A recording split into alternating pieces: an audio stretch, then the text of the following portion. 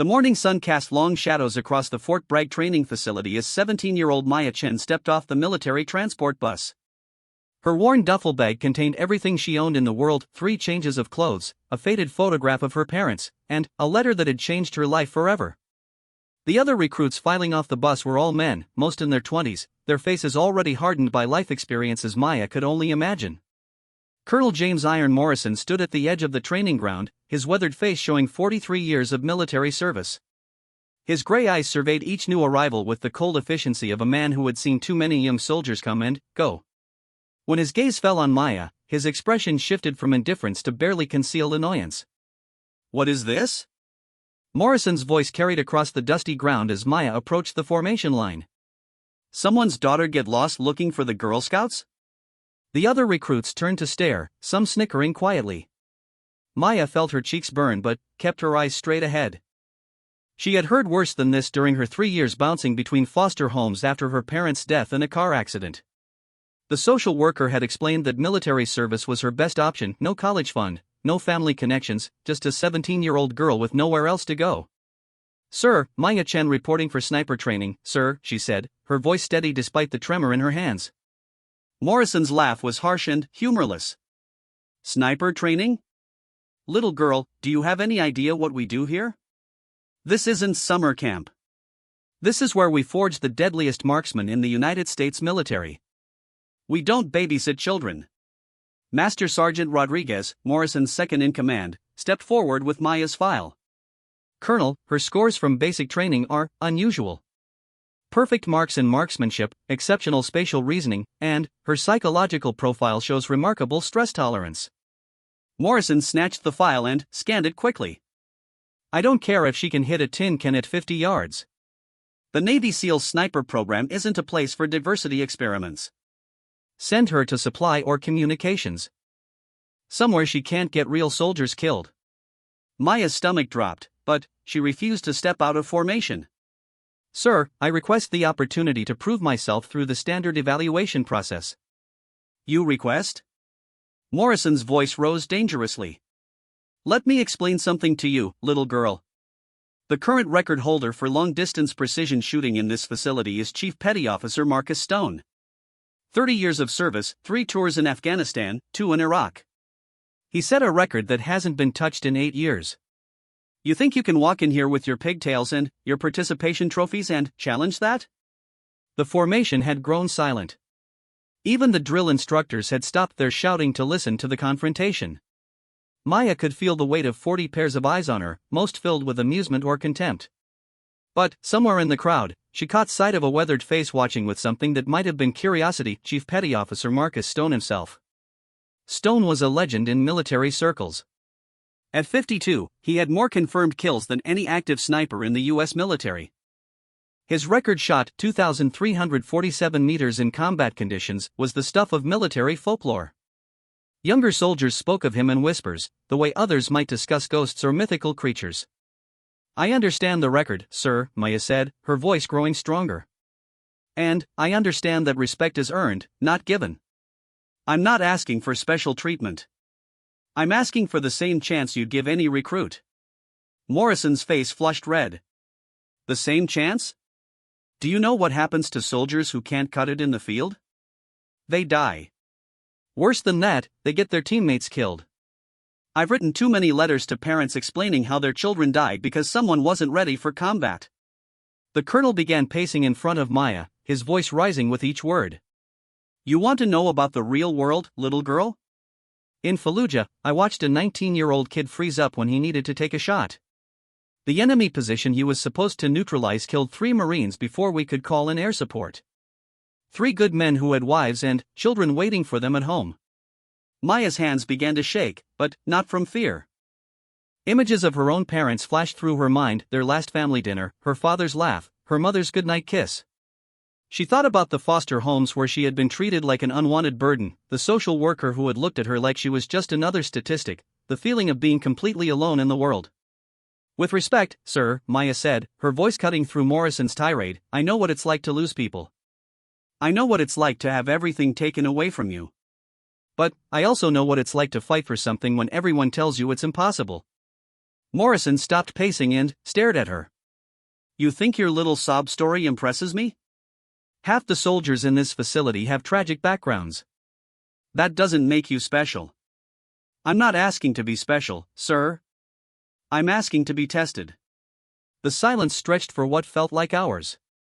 Maya could hear her own heartbeat thundering in her ears. Finally, Morrison turned to his aide. Sergeant Rodriguez, what's the current qualification standard for sniper training? Sir, recruits must achieve a minimum score of 85% accuracy at distances up to 800 meters, demonstrate proficiency in fieldcraft, and pass psychological evaluation. Morrison nodded slowly, a cruel smile spreading across his face. And what was Chief Stone's record-setting shot? 2,347 meters, sir. 8 confirmed hits out of 10 attempts in combat simulation conditions. The colonel turned back to Maya, his eyes glinting with something between amusement and malice. Here's what's going to happen, recruit. You want to prove yourself? Fine. But we're not going to waste weeks of training on someone who doesn't belong here. You get one shot, literally. Maya's heart hammered against her ribs, but she kept her expression neutral. What are the terms, sir? Chief Stone's record. 2,347 meters. 10 shots. If you can match even half his accuracy, 5 confirmed hits, I'll consider allowing you into the program. If you can't. Morrison's smile widened. You get on the next transport back to whatever civilian life was waiting for you. A murmur ran through the formation. Even by military standards, this was unprecedented. Most snipers trained for months before attempting shots at such distances. The conditions that Stone had faced during his record-setting performance were legendary in their difficulty: crosswinds, temperature variations, and targets that barely qualified as visible to the naked eye. When do I take the test, sir? Maya asked. Right now, Morrison said. No preparation, no practice rounds. You either have the skill or you don't. Chief Stone stepped forward from the crowd of observers. Up close, Maya could see the lines around his eyes, the graying of his closely cropped hair, the way he moved with the careful precision of someone whose survival had depended on perfect control for 3 decades. Colonel, Stone said quietly, permission to speak freely? Morrison nodded, curious to hear what the legendary sniper had to say. Sir, with respect, this isn't how we evaluate potential snipers. The conditions that existed during my record shot were unique: specific weather patterns, equipment that had been zeroed over multiple sessions, and experience that comes from years of fieldwork. Asking a recruit to match that performance without training isn't evaluation. It's setting her up to fail. Morrison's expression hardened. Are you questioning my judgment, Chief? No, sir. I'm questioning the fairness of the test. The tension in the air was thick enough to cut. Maya found herself caught between gratitude for Stone's intervention and determination to prove she didn't need anyone's protection. Chief Stone, Maya said, surprising everyone including herself, I appreciate your concern, but I accept the colonel's terms. Stone turned to study her face. His eyes held the weight of 30 years of combat experience, but also something else: a recognition of the desperate determination he saw in the young woman before him. Are you certain about this, recruit? Stone asked quietly. This isn't about pride. This is about understanding your own limitations. Maya met his gaze steadily. Sir, I've been underestimated my entire life. By teachers who thought foster kids couldn't learn, by social workers who thought I was just another problem case, by everyone who looked at me and saw what I wasn't instead of what I could become. I'd rather fail attempting something impossible than succeed at something easy. Stone studied her for a long moment, then nodded slowly. Very well. But understand this: the rifle you'll be using is the same one I used for my record. A Barrett M82A1. It weighs 30 pounds and fires .50 caliber rounds. The recoil alone has broken the collarbones of grown men who weren't prepared for it. I understand, sir. Morrison clapped his hands together with obvious satisfaction. Outstanding. Sergeant Rodriguez, set up the range. 2,347 meters. Standard targets. Let's see what our little prodigy can do. As the formation dispersed to set up the testing range, Maya found herself standing alone for a moment. The weight of what she had just committed to was beginning to sink in. She had perhaps 30 minutes before she would be asked to attempt one of the most difficult shots in military history, using equipment she had never handled, at a distance she had never attempted. The foster care system had taught her many things, but perhaps the most valuable lesson was that sometimes the only choice was between impossible odds and certain defeat. She had chosen impossible odds before, and somehow found a way through. Chief Stone approached her as she watched the range setup begin. "Recruit Chen," he said quietly, "I want you to understand something. I'm not opposed to women in combat roles. Some of the finest soldiers I've served with have been women. But what the colonel is asking you to do, it took me 15 years of military training to achieve that shot." Maya nodded. "I understand the odds, Chief. But I also understand that I don't have 15 years to prove myself. I have right now, this moment. And if I'm going to fail, I'd rather fail reaching for something extraordinary than succeed at being ordinary." Stone was quiet for a long moment. "There's something else you should know," he said finally. "The day I set that record, I was angry. My squad had lost 2 men the week before to an enemy sniper we couldn't locate. When I finally got the chance to take that shot, it wasn't just about hitting a target. It was about everything I had trained for, everything I believed in, everything I was fighting to protect." "What are you trying to tell me, Chief?" Stone's weathered face showed something that might have been respect. "I'm telling you that extraordinary shots aren't made with perfect technique alone. They're made when everything you are becomes focused on a single moment, a single purpose." Maya looked out at the range where targets were being positioned at an almost incomprehensible distance. At 2,347 meters, the targets would appear as tiny dots, barely visible even through a high-powered scope. "Chief," she said quietly, "can I ask you something?" "Go ahead." "When you were my age, did anyone believe in you?" Stone was quiet for so long that Maya thought he might not answer. Finally, he spoke. "My father told me I was too small to be a soldier.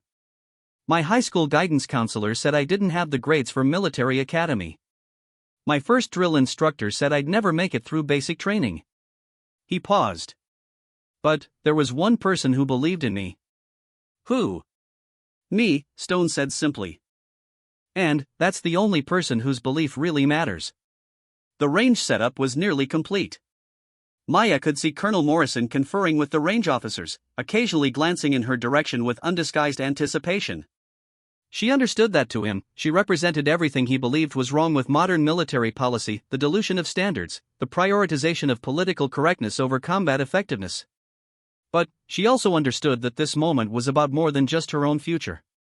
Every woman who might follow in her footsteps would be measured against whatever happened in the next hour. The weight of that responsibility should have been crushing, but, instead, it felt clarifying. "Recruit Chen," Sergeant Rodriguez called from across the range, "we're ready for you." Maya picked up her duffel bag and walked toward the firing position. The Barrett rifle had been positioned on a bipod mount, its massive barrel pointing toward targets so distant they seemed to exist in another world entirely. The scope mounted on top was larger than any weapon she had ever seen, let alone used. As she approached the firing line, Maya was aware of the crowd that had gathered. Word had spread quickly through the base about the unusual test taking place. Off-duty soldiers, training officers, and even some base personnel had found excuses to be in the area. She could feel their eyes on her, could hear the low murmur of conversations about the young girl who thought she could match a legend's record. Colonel Morrison stood beside the rifle, his expression one of barely contained smugness. "Well, recruit, here's your moment of truth. 10 shots, 2,347 meters. Chief Stone's record is 8 hits out of 10. You need 5 to even continue in this program." Maya nodded and approached the weapon. Up close, the Barrett was even more intimidating than she had expected. The rifle was longer than she was tall, and she could feel the weight of its reputation as much as its physical mass. "Before you begin," Morrison continued, "I want to make something clear to everyone watching. This demonstration isn't just about one recruit's abilities. It's about understanding the reality of military service. Combat isn't a place for good intentions or social experiments. It's a place where split-second decisions determine who lives and who dies." Maya knelt behind the rifle and began her examination of the weapon. The Barrett M82A1 was a semi-automatic anti-material rifle, designed for engaging targets at extreme ranges. She had read about such weapons but had never handled one. The scope was a high-magnification Leupold, probably worth more than she had ever owned in her entire life. The wind speed is 12 miles per hour, variable direction, the range officer announced. Temperature is 78 degrees Fahrenheit. Humidity at 60%. Targets are standard military silhouettes. Maya peered through the scope and felt her stomach drop. At 2,347 meters, the targets were barely visible even through the powerful optic. They appeared as tiny black shapes dancing in the heat mirage rising from the range. The crosshairs seemed to move constantly, affected by her breathing, her pulse, even the slight tremor in her hands from adrenaline. Chief Stone appeared beside her, kneeling down to speak quietly. "The most important thing to remember is breathing," he said. "Your natural respiratory pause occurs at the bottom of your exhale. That's when your body is most stable, when your heartbeat has the least effect on your aim." Maya nodded, grateful for any guidance. "The second thing," Stone continued, "is to understand that at this distance, you're not shooting where the target is. You're shooting where it will be by the time your bullet arrives. The flight time is nearly 3 seconds. If there's any movement, you have to anticipate it." Morrison's voice cut through their conversation. "Chief Stone, step away from the firing line. If Recruit Chen needs coaching, she's already failed." Stone gave Maya one last look, something unreadable in his eyes. "Remember what I told you about believing in yourself," he said quietly, then stepped back. Maya was alone with the massive rifle and an impossible task. She took a deep breath and tried to center herself. Through the scope, she could see the first target, a black silhouette that seemed to flutter like a leaf in the wind. The crosshairs danced across it constantly, never settling. She had fired rifles before during basic training, but nothing like this. The weapons she had used were designed for precision at several hundred meters, not nearly 2.5 kilometers. Everything about this situation was beyond her experience, beyond her training, beyond what any rational person would consider possible. But Maya Chen had long ago stopped limiting herself to what rational people considered possible. She closed her eyes and tried to block out the watching crowd, the pressure, the knowledge that her entire future depended on the next few minutes. Instead, she thought about her parents, about the dreams they had shared for her future before the accident took them away. She thought about every person who had told her she wasn't good enough, smart enough, strong enough. When she opened her eyes and looked through the scope again, something had changed. The target still seemed impossibly distant, the crosshairs still moved with each breath, but, for the first time, she could see a moment of stillness coming, a point where everything would align. Maya took a deep breath, let half of it out, and began to squeeze the trigger. The Barrett M82A1's thunderous roar echoed across Fort Bragg like a cannon shot. Maya felt the massive rifle slam against her shoulder with the force of a sledgehammer, the recoil driving her backward despite her braced position. For a moment, she couldn't breathe, couldn't think, couldn't do anything but absorb the shocking violence of the weapon's discharge. Through the scope, she watched the first target, waiting for the spotter's call. At 2,347 meters, it would take nearly 3 seconds for the .50 caliber round to reach its destination. 3 seconds felt like an eternity while 40 pairs of eyes watched her performance. "Miss," the range officer called out. No impact observed. A ripple of quiet laughter ran through the crowd of observers. Maya heard Colonel Morrison's voice cutting through the noise. "1 down, 9 to go. Maybe we can wrap this up quickly and get back to real training." Maya ignored the commentary and focused on what had just happened. The recoil had been more violent than anything she had anticipated, but, more importantly, she had learned something about the weapon's behavior. The rifle had a tendency to push up and slightly to the right during recoil, which meant her natural shooting stance needed adjustment. She also realized that her breathing had been off. The excitement and pressure had made her rush the shot, firing before she had achieved the natural respiratory pause that Chief Stone had mentioned. "Take your time, recruit," Stone called from behind the firing line. "The targets aren't going anywhere." Maya repositioned herself behind the Barrett, adjusting her stance to better control the anticipated recoil. Through the scope, she acquired the second target and began the process again. This time, she forced herself to breathe slowly and deliberately, watching the crosshairs settle into a rhythm that matched her heartbeat. The wind had picked up slightly, and she could see heat mirage distorting the air between her position and the targets. At this distance, environmental factors that would be negligible at normal shooting ranges became critical variables. The bullet would be in flight long enough for wind conditions to change, for temperature variations to affect its trajectory. Maya thought about the physics involved. A .50 caliber round leaving the Barrett's barrel would be traveling at nearly 3,000 feet per second, but by the time it reached the target, atmospheric drag would have reduced that velocity considerably. The bullet would drop more than 60 feet over the course of its flight path, following a ballistic arc that required precise compensation. She had studied these principles in theory, but applying them with this weapon, at this distance, under these conditions was something else entirely. Maya took another deep breath and let it out slowly. At the bottom of her exhale, in that moment of perfect stillness between breaths, she squeezed the trigger. The second shot produced the same earth-shaking roar, the same brutal recoil, but this time Maya was better prepared. She absorbed the impact and quickly reacquired the target through the scope. Hit, the range officer announced. Target neutralized. The crowd fell silent. Maya heard someone whisper, "Lucky shot," but the comment lacked conviction. Even the most skeptical observers had to acknowledge that a hit at this distance, under these conditions, required more than luck. Colonel Morrison's face showed no change in expression, but Maya caught him exchanging a glance with Sergeant Rodriguez. The colonel had expected her to fail quickly and dramatically, providing a clear example of why the military's standards shouldn't be compromised. One successful shot didn't prove anything, but it suggested that the demonstration might not end as quickly as he had anticipated. Maya felt a surge of confidence, but she forced herself to stay focused. 1 hit out of 10 meant nothing. Chief Stone's record required sustained accuracy over multiple attempts, accounting for changing conditions and the cumulative fatigue that came from handling such a powerful weapon. She positioned herself for the third shot and immediately noticed that her shoulder was already beginning to ache from the Barrett's recoil. The rifle weighed 30 pounds, and controlling it for multiple precise shots required more physical strength than most people realized. Maya wasn't a large person, and the weapon was pushing the limits of what she could manage. Through the scope, she could see that the wind conditions had changed. The flags along the range were indicating a shift from the consistent 12-mile-per-hour crosswind to something more variable. This meant that each shot would require individual calculation of environmental factors rather than simply repeating a proven formula. Maya forced herself to slow down and observe. She watched the heat mirage patterns, noted the movement of grass and debris along the range, tried to read the wind signs that experienced snipers learned to interpret instinctively. The third target seemed to dance in the scope's crosshairs, moving in and out of the reticle as atmospheric distortion played tricks with her vision. Maya waited, watching for a pattern, looking for that moment when everything would align. She found it. The third shot felt different from the first two.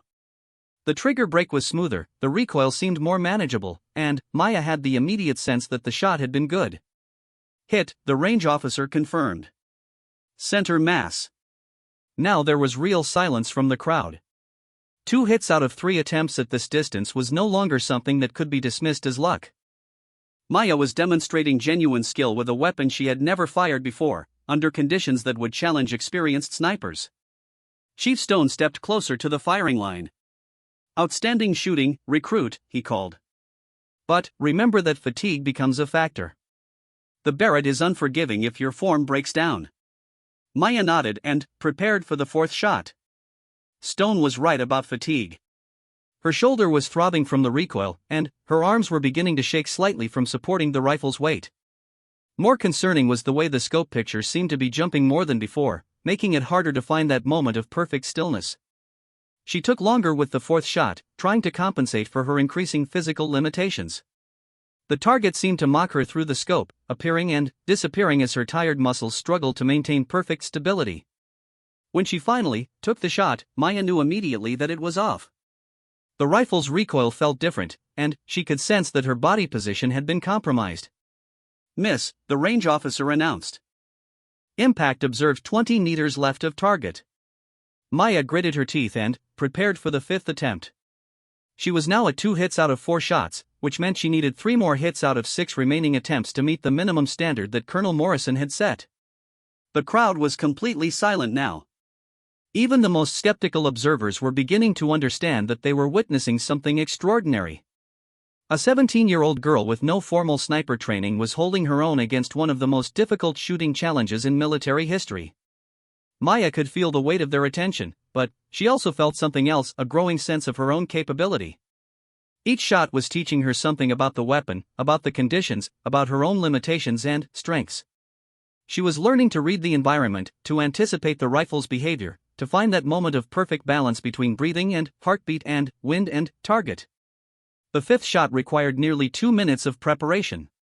Maya watched the wind indicators, studied the heat mirage patterns, adjusted her position to compensate for muscle fatigue. When she finally fired, she knew the shot was good before the range officer confirmed it. Hit. Upper torso. 3 hits out of 5 attempts. Maya had already exceeded what most observers had thought possible, but she was still 2 hits short of the minimum standard. More importantly, she could feel her physical condition deteriorating with each shot. The Barrett's recoil was taking a cumulative toll, and her accuracy would likely decline as fatigue set in. Colonel Morrison stepped forward. "Recruit Chen," he said loudly enough for everyone to hear, "you've demonstrated admirable determination, but I think we've seen enough. 3 hits out of 5 attempts is respectable shooting, but it's not what we require for sniper training. You can stop now with your dignity intact." Maya looked up from the rifle scope. Morrison's offer was reasonable, even generous by military standards. She had proven that she wasn't completely out of her depth, and ending now would allow her to avoid the embarrassment of missing her final attempts as fatigue took its toll. But Maya understood something that Morrison didn't. This wasn't just about meeting a minimum standard or avoiding embarrassment. This was about proving to herself and everyone watching that impossible things could become possible through sheer determination and refusal to accept defeat. "With respect, sir," Maya said, "I'll take all 10 shots." Morrison's expression darkened. "Recruit, pride is a dangerous thing in military service. Knowing when to quit is as important as knowing when to fight." "I understand, sir. But I'm not quitting."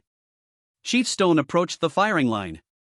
"Maya," he said quietly, using her first name for the first time, "the colonel is offering you a way out that preserves your honor. There's no shame in accepting it." Maya met Stone's eyes. "Chief, when you set this record, did you consider quitting after 5 shots?" Stone was quiet for a moment. "No," he said finally. "But I was an experienced sniper with 30 years of training. You're a 17-year-old recruit who's never fired this weapon before today. Then, I guess I need to learn quickly." Maya turned back to the Barrett and prepared for the 6th shot. Her entire body was protesting now, her shoulder throbbed with each movement, her arms trembled from fatigue, and her back ached from the unnatural shooting position required by the massive rifle. But, as she peered through the scope, something interesting was happening. The targets no longer seemed impossibly distant. Her eyes had adjusted to the scope's magnification, her mind had learned to read the environmental conditions, and her body was beginning to understand the weapon's rhythm and requirements. The 6th shot took less time to prepare than the 5th. Maya found her breathing pattern, identified the wind conditions, and squeezed the trigger with growing confidence. Hit. Center mass. 4 hits out of 6 attempts. The crowd was completely silent now, absorbed in watching something that shouldn't have been possible. Maya was not just meeting the challenge, she was exceeding it, demonstrating accuracy that would be impressive for an experienced sniper, let alone a recruit. Colonel Morrison's face had gone pale. The demonstration that was supposed to prove his point about maintaining standards was instead proving exactly the opposite. The young woman behind the Barrett was showing that sometimes potential couldn't be measured by conventional metrics. Maya prepared for the 7th shot with a growing sense of confidence. She was learning to work with the rifle instead of fighting against it, to use the recoil as feedback about her form and position. More importantly, she was learning to trust herself. The 7th shot felt perfect from the moment she squeezed the trigger. The rifle's roar had become familiar, the recoil expected and controlled. Maya watched through the scope as the bullet traced its invisible arc across the Fort Bragg range. Hit. Dead center. 5 hits out of 7 attempts. Maya had already met the minimum standard that Morrison had set, but she could see in the colonel's expression that the standards were shifting.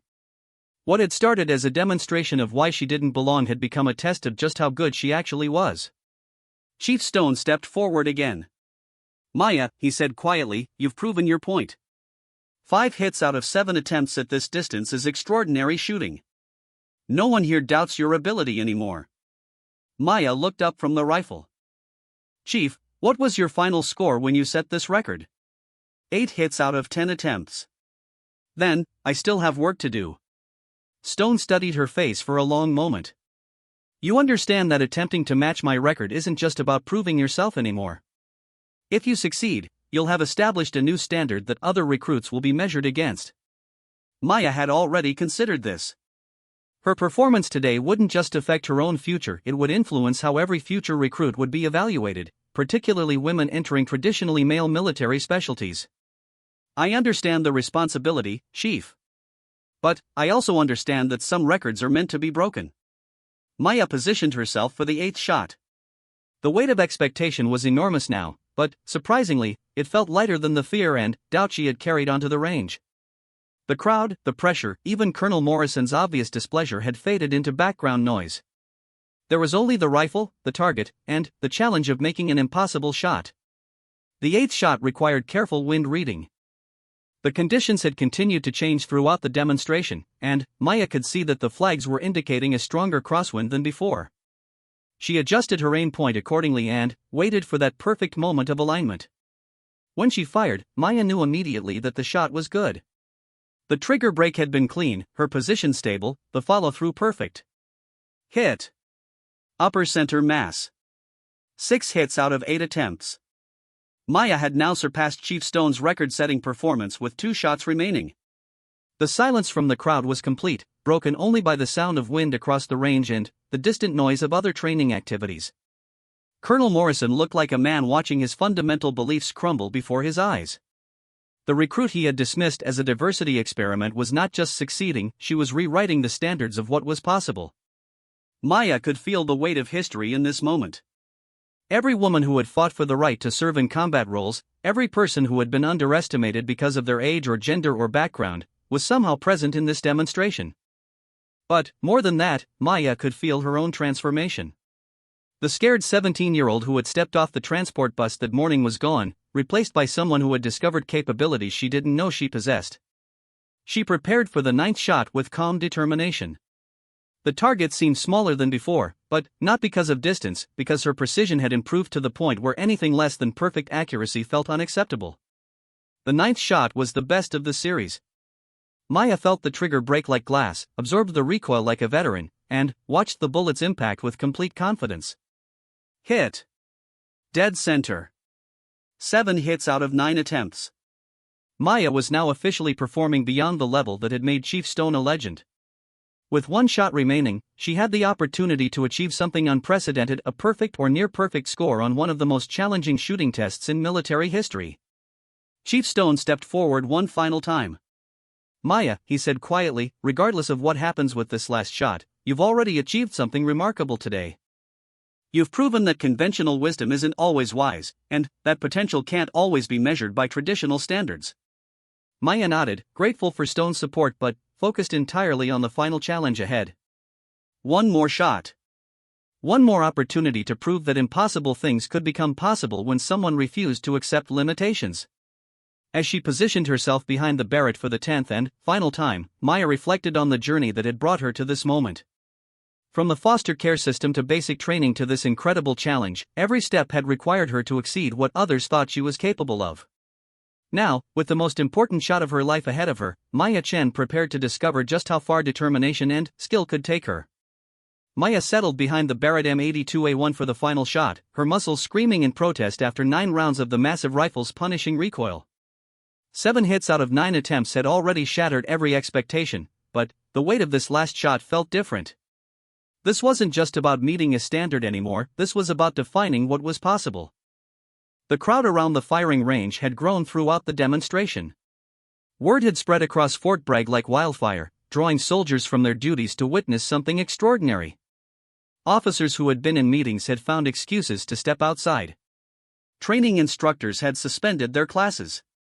Even base support personnel had gathered at the edges of the range, drawn by the knowledge that they were watching history unfold. Colonel Morrison stood rigid behind the firing line, his face a mask of controlled emotion. The demonstration that was supposed to prove his point about maintaining standards had become a repudiation of everything he believed about who belonged in elite military units. But Maya could see something else in his expression now, a grudging recognition that he was witnessing exceptional performance, regardless of who was delivering it. Chief Petty Officer Stone knelt beside Maya's position, his weathered face showing a mixture of pride and concern. In 30 years of military service, he had never seen a recruit perform at this level under these conditions. More than that, he recognized something of himself in the young woman behind the rifle, the same determination that had driven him to excel despite others' doubts, the same refusal to accept limitations that others tried to impose. "Maya," Stone said quietly, "I want you to know that whatever happens with this shot, you've already proven everything you need to prove." 7 hits out of 9 attempts at this distance would be impressive for a career sniper with decades of experience. Maya nodded but kept her eyes focused on the scope. Through the powerful optic, she could see the 10th target wavering in the heat mirage, appearing and disappearing as atmospheric distortion played tricks with her vision. The wind had shifted again, now blowing at an angle that would require careful compensation.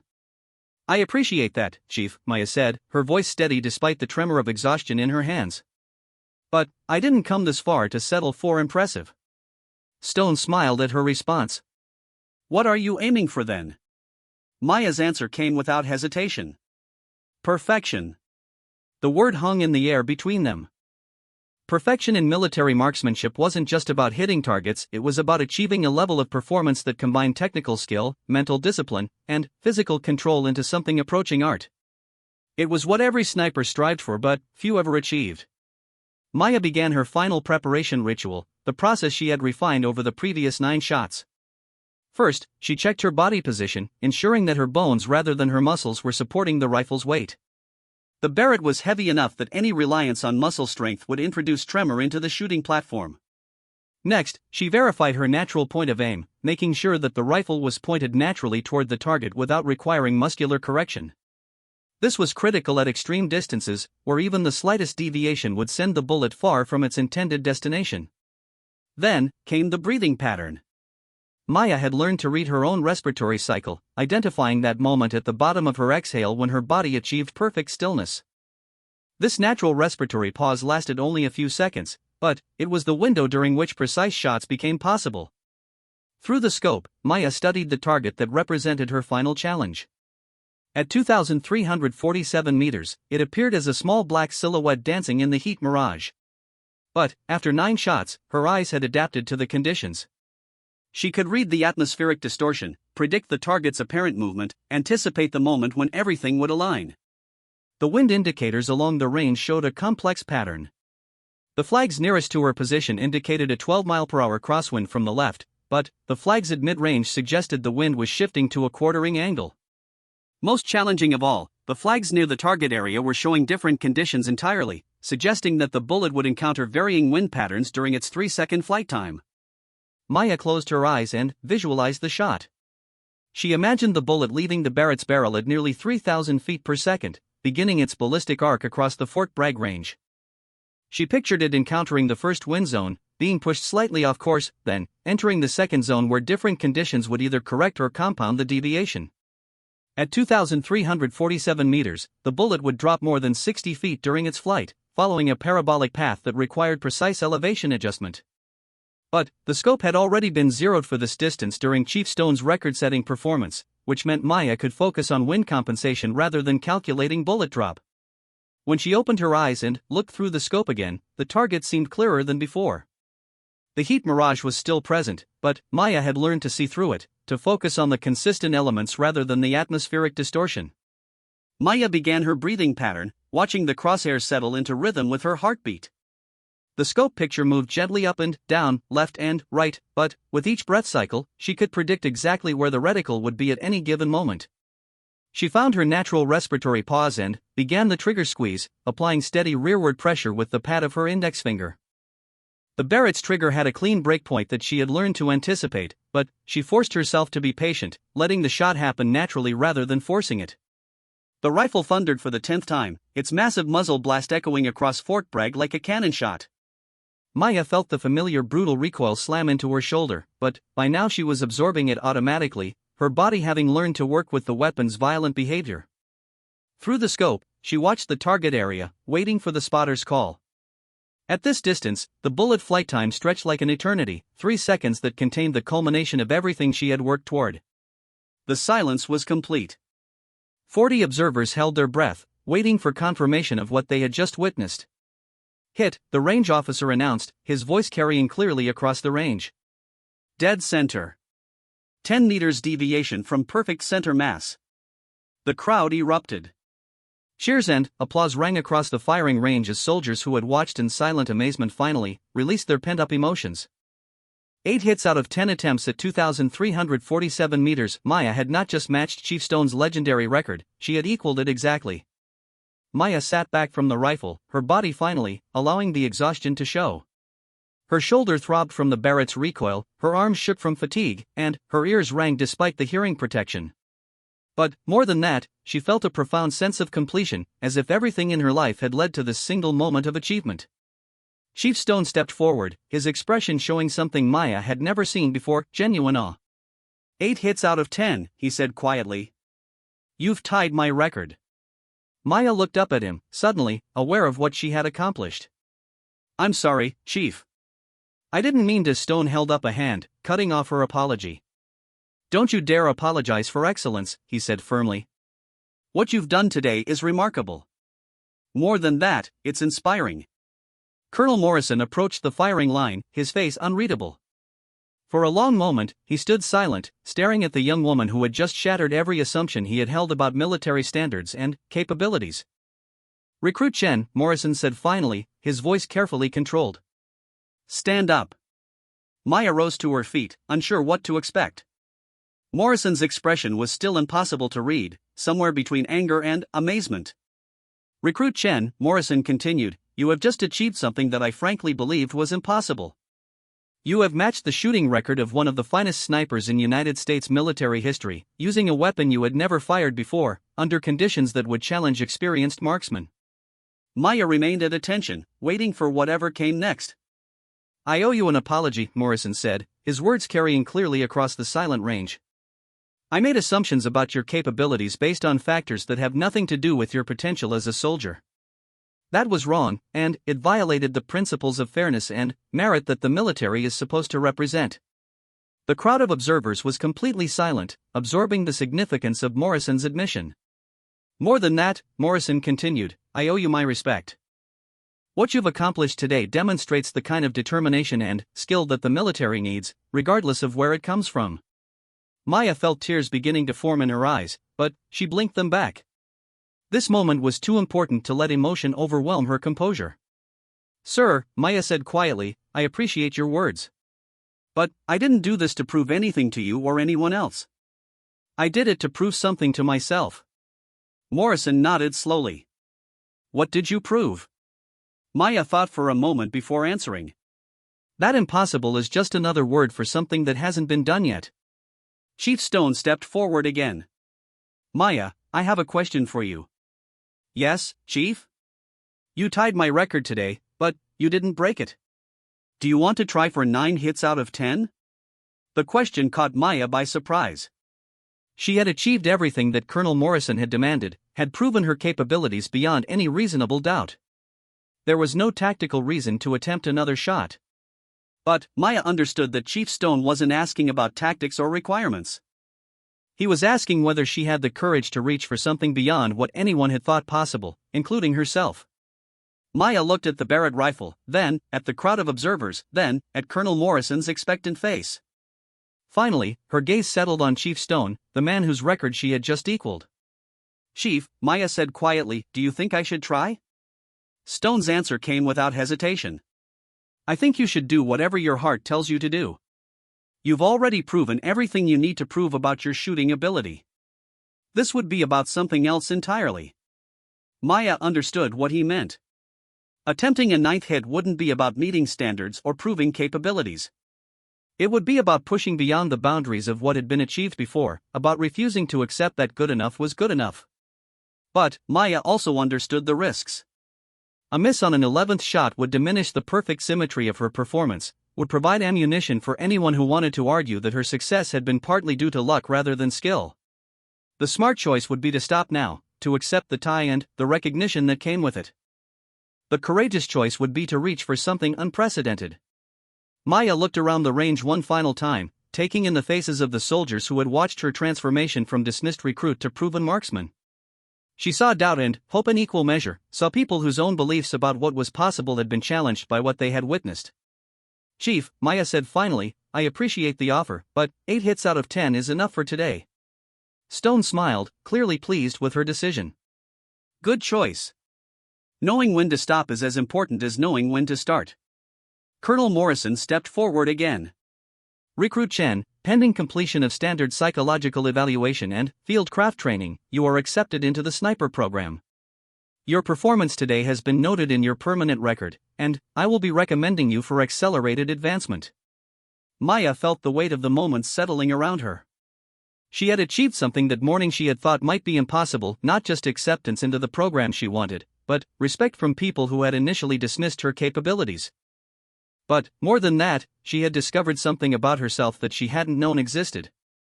Under pressure, with everything on the line, she had found a level of performance that surprised even her. "Sir," Maya said, "I want you to know that I understand what you were trying to teach me today. The military can't afford to lower standards for anyone, regardless of their background or circumstances. What I hope I've shown is that sometimes the people who look least likely to meet those standards are the ones most capable of exceeding them." Morrison nodded slowly. "You've shown exactly that, recruit.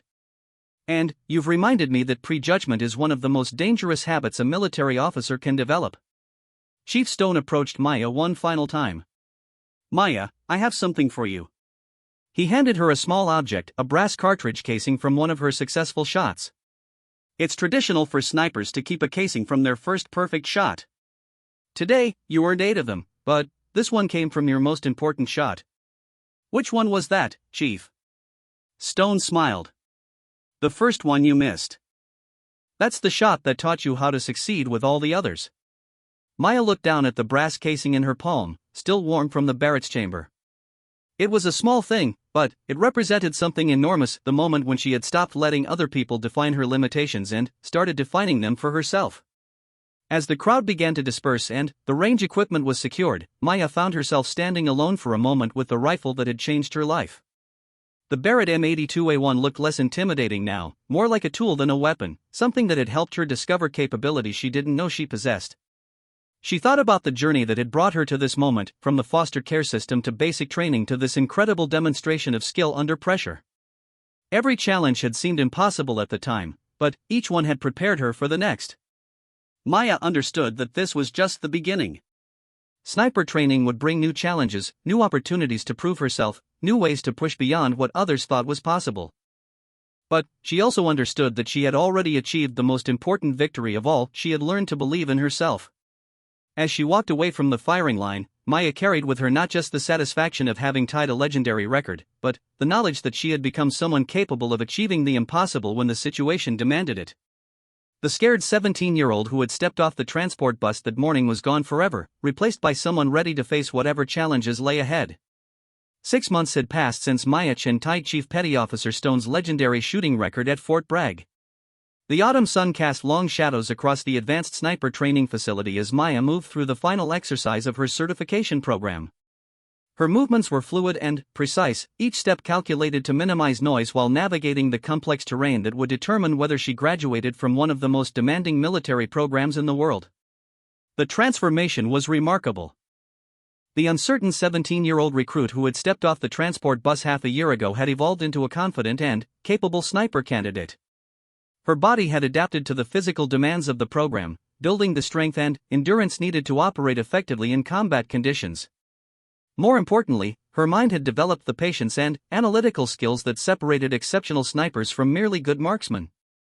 Maya's performance throughout the training program had been nothing short of extraordinary.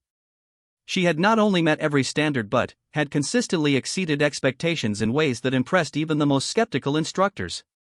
Her marksmanship scores were unprecedented for a first-year trainee, but what truly set her apart was her ability to read environmental conditions and adapt to changing circumstances.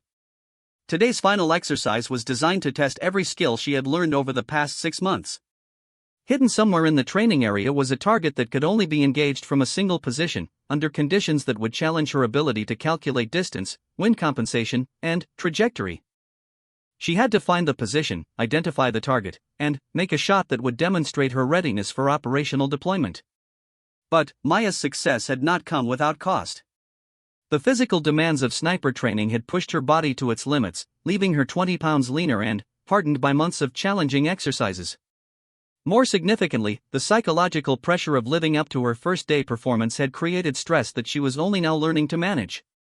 Colonel Morrison had kept his word about Maya's acceptance into the program, but he had also made it clear that she would be held to the highest possible standards. Every shot was scrutinized, every decision analyzed, every mistake examined for evidence that her initial success had been an anomaly rather than a demonstration of genuine capability. The pressure had been intense, but it had also been motivating. Maya understood that she was not just representing herself but also every future recruit who might be judged based on her performance. The weight of that responsibility had driven her to levels of preparation and dedication that surprised even her instructors. Chief Stone had become an unofficial mentor throughout the program, providing guidance that went beyond technical training. He had taught Maya about the psychological aspects of long-range shooting, the mental discipline required to remain calm under extreme pressure, and the ethical responsibilities that came with the sniper's role in modern warfare. Remember, Stone had told her during one of their training sessions, a sniper's most important weapon isn't the rifle, it's the mind. The ability to remain calm, think clearly, and make precise decisions when everything around you is chaos. That's what separates good snipers from great ones. Maya had taken those lessons to heart, developing a mental toughness that complemented her natural shooting ability. She had learned to function effectively under sleep deprivation, extreme weather conditions, and the psychological stress of knowing that in real combat, her decisions would have life and death consequences. Now, as she moved through the final exercise, Maya felt the culmination of everything she had learned. The target she was seeking was positioned at an unknown distance somewhere between 1,500 and 2,500 meters, requiring her to use range estimation techniques she had perfected over months of practice. The environmental conditions were challenging but not impossible. A steady 15-mile-per-hour crosswind was complicated by shifting thermal layers that would affect bullet trajectory. Temperature variations throughout the range would create density-altitude changes that would influence the projectile's flight path. Maya had been moving for 2 hours, carefully analyzing potential shooting positions while avoiding detection by the exercise monitors who were positioned throughout the area. The final test wasn't just about shooting accuracy, it was about tactical decision-making, fieldcraft skills, and the ability to operate independently under pressure. She finally located what appeared to be the optimal firing position, a carefully concealed location that offered the correct angle and distance for engaging the target. The position required her to shoot from an awkward prone stance on uneven ground, adding complexity to what was already a difficult shot. Through her rifle scope, Maya could see the target, a small silhouette positioned at what she estimated to be approximately 2,100 meters. The distance required precise calculation of bullet drop, wind compensation, and the various environmental factors that would influence the projectile during its nearly 3-second flight time. Maya began her shooting preparation routine, the systematic process she had refined during months of training. First came range estimation using multiple techniques to verify the distance. Then, environmental assessment, reading wind conditions at various points along the bullet's flight path. Finally, the internal preparation, breathing control, heart rate management, and the mental focus required for extreme precision. As she settled into her shooting position, Maya reflected on the journey that had brought her to this moment. The scared foster child who had felt completely alone in the world had discovered not just her own capabilities, but also a military family that had embraced her based on merit rather than background. The relationship with Colonel Morrison had evolved significantly over the months. His initial hostility had given way to grudging respect, then, to something approaching genuine pride in her development. He had pushed her harder than any other trainee, demanding perfection in every aspect of her performance, but he had also protected her from criticism and doubt from others who questioned whether her initial success could be sustained. Just 2 weeks earlier, Morrison had called Maya into his office for a conversation that had surprised her. "Recruit Chen," he had said, "I want to discuss your future after graduation." Maya had expected another lecture about maintaining standards or meeting expectations, but Morrison's tone suggested something different.